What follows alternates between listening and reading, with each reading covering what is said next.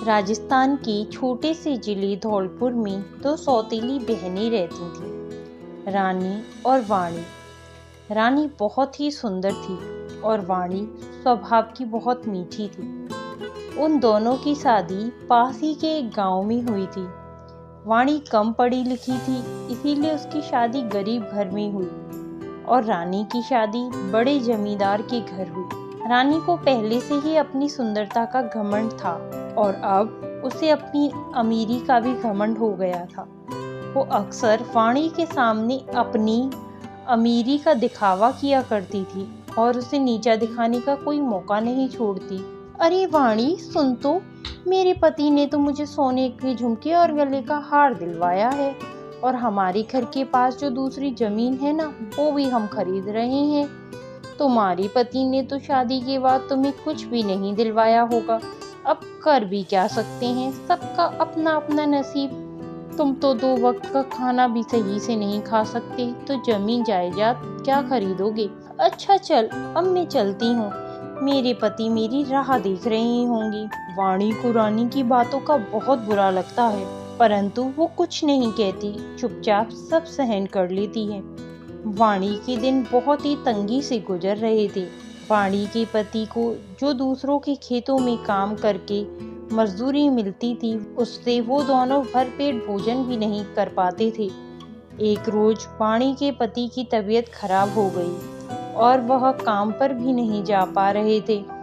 घर में रखा थोड़ा बहुत राशन और पैसे भी समाप्त हो गए थे। हे भगवान, अब मैं क्या करूं? अपने पति की दवाई कहाँ से लाऊं और उन्हें क्या खिलाऊं? वो अपनी बहन रानी के घर गई। रानी, मैं बहुत मुसीबत में हूँ। मेरे पति की तबीयत खराब है। मेरे पास अब इतने पैसे भी नहीं हैं कि मैं उनके लिए दवाई और खाना ले सकूं। मेरी थोड़ी मदद कर दे। वाणी, मैं तेरी मदद तो कर देती, पर तुझे तो पता ही है, अभी हमने जमीन खरीदी है तो सारा पैसा उसमें चला गया। पैसों की मदद के अलावा कोई और काम हो तो बोल। नहीं नहीं रानी, और कोई काम नहीं है। अच्छा चल, मैं चलती हूँ। अब मैं क्या करूँ, किससे मदद मांगूं? भैया, हाँ भैया मेरी मदद जरूर करेंगी। वाणी अपने भाई के घर जाने के लिए निकल गई। रास्ते में उसे एक बुढ़िया माँ मिली और बोली, बेटी, मुझे एक मटका पानी ला दे, मुझसे निकाला नहीं जाता। जी माँ जी, आप रुकिए, मैं ला देती हूँ। ये लीजिए माँ जी, आपका पानी। तुम्हारा बहुत बहुत धन्यवाद बेटी। तुम कहाँ जा रही हो बेटी? माँ जी, मैं अपने बड़े भाई रमड़ी के घर जा रही हूँ। अच्छा माँ जी, अब मैं चलती हूँ।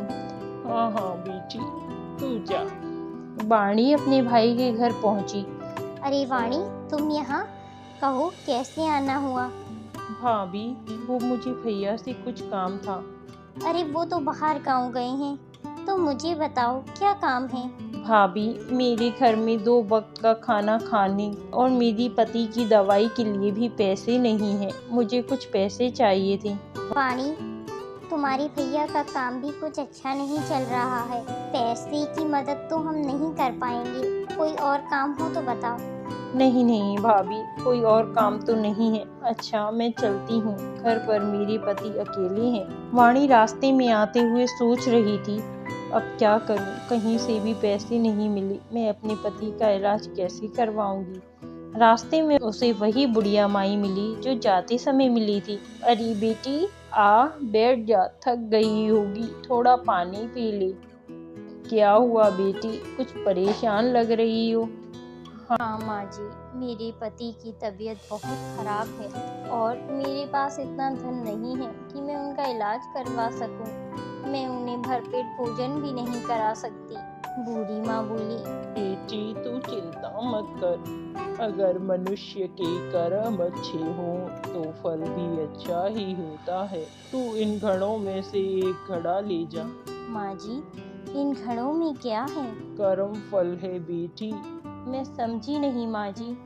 कुछ नहीं बेटा, समय आने पर सब समझ जाओगी। वाणी एक घड़ा लेकर वहां से अपने घर आ गई। घर आके जब घड़ा खोला तो उसमें बहुत सारा सोना और हीरे मोती निकले।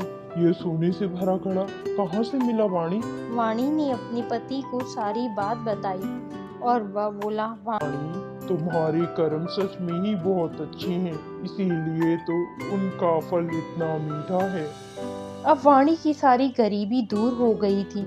उन्होंने झोपड़ी की जगह पक्का मकान बनवा लिया और एक दुकान खोली जो काफी अच्छी चलती थी। अब उन्हें धन की कोई कमी नहीं थी। रानी, तुम्हारी बहन वाणी का पति तो एक मामूली मजदूर था, अचानक उसके पास इतना धन कहाँ से आ गया कि नया मकान भी बनवा लिया और दुकान भी ले ली। मैं भी यही सोच रही हूँ।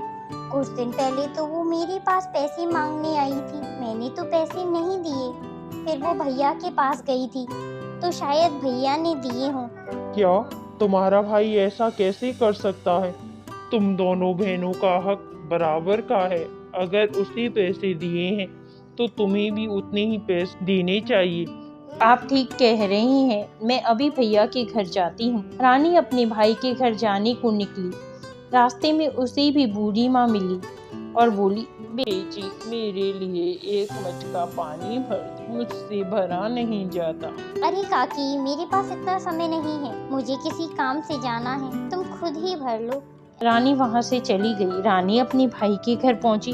अरे रानी, बड़े दिनों बाद आई, कहो कैसे आना हुआ? कुछ नहीं भैया, इधर से निकल रही थी, सोचा मिलती चलूं।